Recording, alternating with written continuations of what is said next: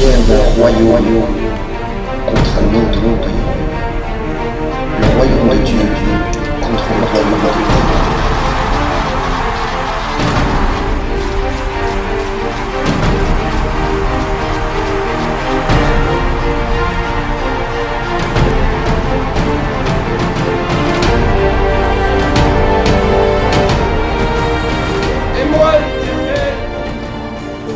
Je ne serai pas là pour retenir cette contestation parce qu'elles ne m'ont pas accepté. Pour tous ceux qui auront rejeté ma parole, pour tous ceux qui seront dans les liens des ténèbres, cette contestation se transformera en révolution. Car le monde va changer. Le monde va changer. Le monde va connaître de terribles contestations qui se transformeront en révolution publique. Mes enfants, écoutez et maîtrisez toute contestation en vous, car la contestation est le ferment de l'enfer. C'est la semence de celui qui a laissé son cœur se corrompre. C'est la désobéissance qui agit dans les fils de la rébellion. La contestation à mon ordre, à mon commandement. La contestation non seulement à mes ordonnances et à mes commandements, mais la contestation à mon commandement à travers mes élus. Ne contestez pas celui qui est élu et qui commande, car ma main est sur lui et je veille pour défendre ma parole. Et je veille pour défendre la terre jusqu'à ce que mon fils bien-aimé vienne. Et je défendrai la terre, car mon fils doit poser ses pieds glorieux. Et je ne permettrai pas que la contestation suivie d'une révolution détruise ce qui sera le berceau d'un millénium béni. Mes enfants, cessez toute contestation dans vos cœurs et autour de vous. N'aimez pas ceux qui contestent.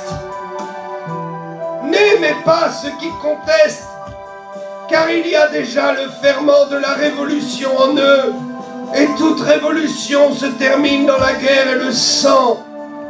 Mais moi, je vous ai donné Jésus, mon fils, parce que très bientôt, la différence sera faite entre ceux qui contestent et ceux qui acceptent. Je vais oindre encore plus cette église, car je veux confondre toute langue qui dans un feu étranger s'est animée contre vous et contre mon serviteur. Le temps est proche. L'instant sera si soudain que tous vous serez surpris de ce que je vais faire. Parce que mon fils revient bientôt. Parce que ma coupe déborde. La coupe des prières des saints déborde devant ma face. Cette coupe qui est la mienne, qui a été remplie de la prière de mes élus, m'appartient.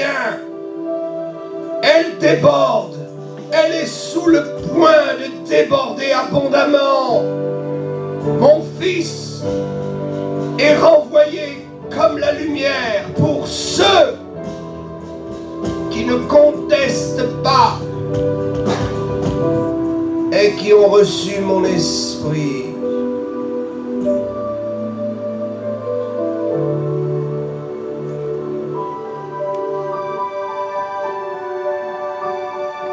Alléluia.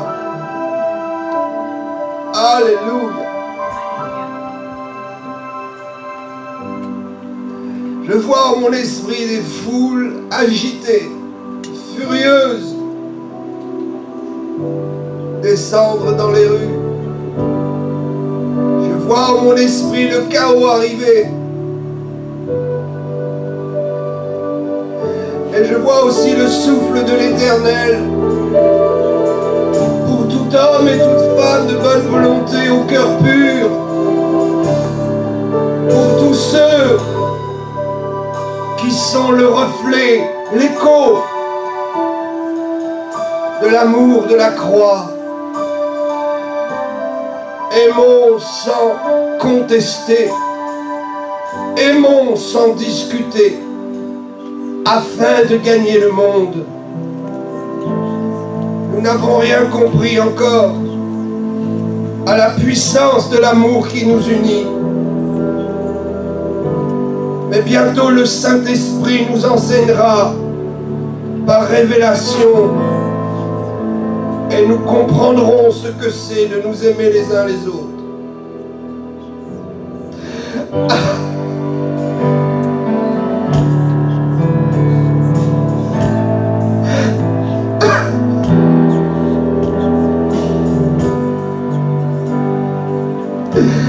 Dieu veut renverser les barrières.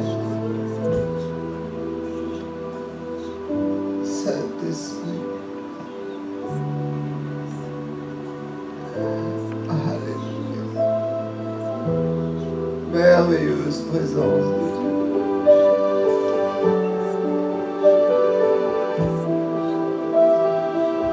Merveilleuse présence du Saint-Esprit. Prenons courage. Il a vaincu le monde. Prenons courage. Il a vaincu le monde pour nous. Il n'avait pas besoin de se battre. Mais il s'est battu juste pour nous. Juste pour nous. Ah Jésus. Ah Jésus.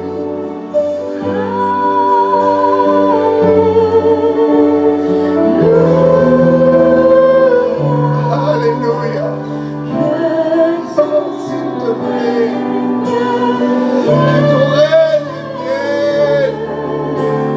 Maranatha.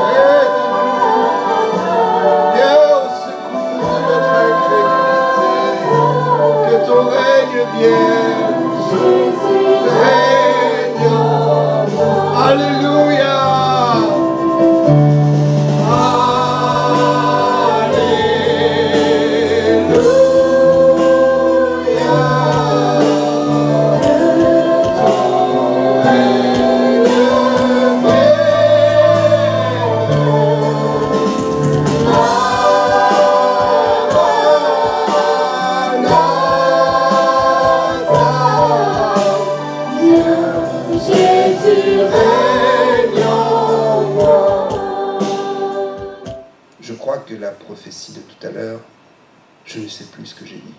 J'étais parti dans le ciel. Vraiment, je n'étais plus là.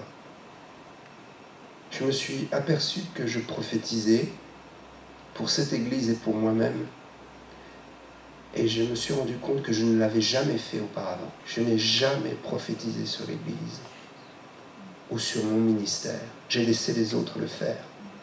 Mais je crois que l'Esprit m'a embarqué très loin tout à l'heure. Et je crois que ce que j'ai prophétisé est tout à fait juste. Ce n'est plus une guerre de société. Ce n'est plus une guerre de race. C'est une guerre d'un royaume contre un autre royaume. Le royaume de Dieu contre le royaume des ténèbres. Nous sommes entrés dans une phase de l'histoire où réellement les enjeux sont spirituels. La politique ne peut pas comprendre, la science ne peut pas comprendre, les religions ne peuvent pas comprendre, la personne religieuse ne peut pas comprendre. Il faut être juste connecté avec le Saint-Esprit et accepter le fait que nous sommes rentrés dans des temps où il y a un royaume qui se bat contre un autre royaume. En nous, dans nos maisons, autour de nous, dans la politique, dans tout ce que nous voyons, dans tout ce que nous faisons. Le royaume de Dieu combat le royaume de Satan. Et le royaume de Satan cherche à détruire le royaume de Dieu. Ce ne sont pas des gens animés par une religion, mais des gens animés par les puissances du mal.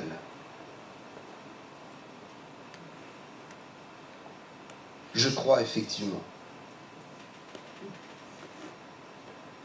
que ce n'est pas une question de l'islam, et j'en suis de plus en plus persuadé. C'est juste une question que nous n'avons pas fait notre travail et qu'il nous reste encore beaucoup de travail à faire. C'est juste la question de voir un homme, une femme, et de penser tout de suite à son salut. Qu'il soit de notre ethnie, qu'il soit de notre race, qu'il soit de notre couleur de peau ou pas, un être humain a besoin de recevoir le salut. Toute âme a besoin d'un sauveur. Et chaque personne que nous recevons, chaque personne que nous croisons, chaque personne à qui nous pensons a besoin du sauveur. Et notre rôle doit s'arrêter ici. Juste aimer les gens et leur prêcher la croix de Jésus-Christ. Juste aimer les gens et ne pas rentrer dans des débats inutiles, des discussions inutiles et dans une haine inutile qui fera de nous des vengeurs de Dieu alors que Dieu n'a pas besoin qu'on le venge. Des vengeurs des morts alors que les morts n'ont pas besoin qu'on les venge. Soyons très attentifs. Si nous sommes en contestation, nous n'irons nulle part. Et nous n'arrêterons rien par notre contestation. L'ennemi a projeté des choses. Le diable avait mis en place des plans. Et Dieu permet qu'il commence à mettre en œuvre ses projets. Parce que Jésus revient bientôt. Et parce que Jean n'a pas écrit le livre de l'Apocalypse en vain. Jean n'est pas tombé fou, n'a pas déliré, ou n'a pas inventé des fables, lorsque sur l'île de Patmos, saisi par l'Esprit de Dieu, il a écrit le livre de l'Apocalypse. Il y a des choses qui doivent arriver, et aucune rébellion ne pourra les empêcher. Aucune contestation ne pourra les empêcher. Nous voulons juste prêcher Jésus-Christ, encourager ceux qui nous gouvernent et prier. Prier de tout notre cœur pour que les choses les plus catastrophiques ne nous atteignent pas. Alléluia. J'ai lu quelque chose dimanche. Que votre cœur ne se trouble point. Jean chapitre 14, verset 1. Que votre cœur ne se trouble point, croyez en Dieu. C'est le moment de croire en Dieu. Dites-le autour de vous. Dites-leur. C'est le moment de croire en Dieu. Laissez de côté la religion et adressez-vous à Dieu, non pas à travers une religion ou des rites, mais avec votre cœur. Que votre cœur ne se trouble point. Croyez en Dieu. Avec quoi? Quels sont les moyens qui nous permettent de croire en Dieu? Ce n'est pas la religion, ce ne sont pas les rites. C'est la sincérité qui est en nous. Dites-leur que même s'ils pensent avoir trouvé Dieu à travers une religion, c'est le moment de croire en Dieu et de s'adresser à lui. Et s'il nous trouve sincères et honnêtes, il nous embarquera dans la vérité. Il les embarquera dans la vérité pour les toucher par son esprit. Comment voulez-vous convaincre quelqu'un qui a été enseigné depuis son plus jeune âge sur des choses qui ne sont pas dans la Bible? Impossible. Si vous luttez avec votre esprit, avec votre intelligence, vous ferez naufrage. Je ferai naufrage. Je ne peux pas lutter contre des enseignements, des pratiques, des rites qui ont été enseignés à certaines personnes depuis leur plus jeune âge. Je ne peux pas rivaliser avec mon cerveau, mon intelligence et mes arguments. La seule chose qui peut abattre les forteresses de mensonges et d'égarements, c'est la puissance du Saint-Esprit en nous. C'est la puissance du Saint-Esprit qui nous accompagne. Nous devons lutter avec les armes de Dieu. Et si nous voulons lutter contre Satan, il ne faut pas lutter à armes égales. Non. Dieu ne vous demande pas de lutter à armes égales. C'est de l'orgueil. Les armes ne sont pas égales. Le Saint-Esprit est beaucoup plus puissant. Amen. La puissance de Dieu est une arme qui ne peut être égalée à aucune philosophie, aucune arme, aucune manigance, aucune manipulation humaine. C'est pourquoi la parole de Dieu m'affirme et m'assure que les armes que Dieu me donne sont supérieures à toutes les armes de ce monde et à Satan lui-même. Je ne combats pas à armes égales. Les armes que Dieu me donne sont supérieures. Pourquoi est-ce que je veux me battre à armes égales? C'est de l'orgueil. Pour dire avec les mêmes armes, j'ai eu le dessus. Vous savez, un peu comme ces jeux électroniques où vous prenez deux combattants de même force. Et finalement, c'est celui qui aura le plus de réflexes sur sa tablette ou sur sa console qui gagnera. Pourquoi? Pour en tirer une fierté et dire je suis capable. Nous ne sommes capables de rien. L'ange déchu n'a qu'à se présenter devant nous, il n'a juste qu'à souffler sur nous et nous sommes morts. Donc, il faut prendre les armes de Dieu. C'est pourquoi il est écrit dans Éphésiens, chapitre 6, prenez toutes les armes de Dieu. Ne vous en privez pas. Ne vous privez pas des armes de Dieu. Soyez sauvés, ayez le casque du salut, qu'aucun raisonnement ne vienne vous détruire. Ayez le Saint-Esprit avec vous. Ayez la puissance du Saint-Esprit. Et à ce moment-là, Dieu vous montrera combien vous êtes utile entre ses mains. Croyez en Dieu et croyez en moi. Il y a plusieurs demeures dans la maison de mon Père. Si cela n'était pas, je vous l'aurais dit. Je vais vous préparer une place. Et lorsque je m'en serai allé et que je vous aurai préparé une place, je reviendrai et je vous prendrai avec moi, afin que là où je suis, vous y soyez aussi. Alléluia. Mon seul souci est d'être avec Jésus. Et si je dois lutter et livrer des combats, par nécessité, je le ferai. Mais mon objectif n'est pas cela. Mon objectif est d'être avec Jésus. Et lorsque l'on serait allé et que je vous aurai préparé une place, je reviendrai et je vous prendrai avec moi, afin que là où vous soyez, je sois aussi. Vous savez où je vais et vous en savez le chemin. Nous savons le chemin. Nous ne sommes pas ignorants du chemin. Le chemin qui mène à Jésus, c'est le renoncement à soi-même. C'est l'amour fraternel. Nous ne connaissons encore rien à l'amour fraternel.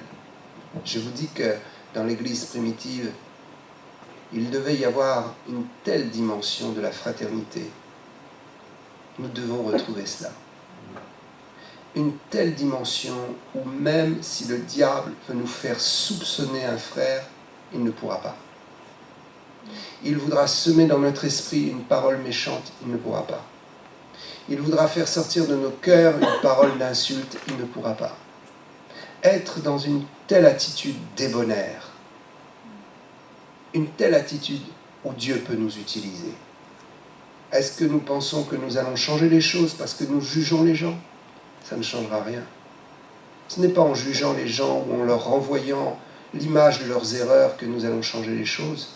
Laissons Dieu le faire par l'Esprit. Laissons le Saint-Esprit faire cela. Aimons et pardonnons. Pardonnons et aimons vraiment. Ayons un cœur ouvert. Réjouissons-nous du bonheur de l'autre. Ne soupçonnons pas le mal. Rendons participants tous ceux que nous pouvons à nos bénédictions. Mon cœur est en train d'être révolutionné ces temps-ci et je voudrais vraiment vous inviter à rentrer dans le cœur du Seigneur parce que les temps vont changer.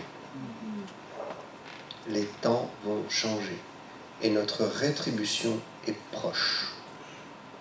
Nos récompenses et notre jugement est à la porte. Et ceux qui n'auront pas écouté le discours de l'Esprit et qui n'auront pas mis en pratique pourront bien avoir des ennuis. Alléluia. Ne fermons pas nos entrailles et notre cœur, ce n'est pas le moment. Ce n'est vraiment pas le moment de le faire. Si dans le passé, Dieu a permis que dans nos églises évangéliques, il y ait de la dureté, qu'il y ait de la méchanceté, si Dieu a laissé faire, je peux vous dire qu'aujourd'hui, ce n'est plus le moment de jouer avec ces choses, mais c'est le moment d'entrer dans le cœur de la fraternité. Et cela va même au-delà des murs de notre Église, je vous assure. Je vous dis, Dieu est en train de changer ma vision des choses, et certains disent, oh mais le pasteur, il est gentil. Non, ne croyez pas. Dieu me parle aussi à moi et veut m'entraîner aussi beaucoup plus loin. Et ce que je vous prêche, je me le prêche à moi aussi. Et je le prêche à mon épouse. Personne ne pourra voler ma bénédiction. Je suis souvent allé prêcher dans des églises où on ne m'a jamais donné d'offrande. Mais Dieu m'a toujours dit, ce qu'ils ne t'ont pas donné, moi je vais te le donner. Ne juge pas. Leurs comptes seront rendus avec moi. Tu es mon ouvrier et je te paierai toujours. Ce que vous faites pour les autres, Dieu vous le rendra. Et si les autres ne vous le rendent pas, ne soyez pas fâchés, mais réjouissez-vous de ce que vous pouvez attester que ce n'est pas un homme, une femme qui vous paye ou qui vous rend votre salaire, le salaire de votre justice, mais que c'est Dieu qui le fait. Vous pouvez donner à quelqu'un qui a emprunté de vous et il ne vous rend pas, mais Dieu vous donnera au centuple. Soyez tranquille, soyez large, soyez cool et avançons ensemble dans l'amour. Je suis encore tout ému de cette prophétie tout à l'heure. Je crois qu'il y a des choses qui arrivent qui vont nous choquer, dans le mauvais sens comme dans le bon sens. Que Dieu nous aide. Je vous aime, je vous bénis et je veux rendre hommage à tous ceux qui sont avec moi, ici dans cette église, et je les connais, qui sont en avant avec moi dans cette dimension de l'amour. Et je bénis tous ceux qui suivent. Et je crois que tous nous allons suivre dans cette dimension. Amen. Aimons-nous les uns les autres et réjouissons-nous du bonheur de l'autre, de l'élévation de l'autre Réjouissons-nous quand Dieu parle et donne une prophétie à quelqu'un et disons-nous, Dieu, mon tour va arriver. Mon tour est proche d'arriver aussi. Alléluia, que le Seigneur soit loué.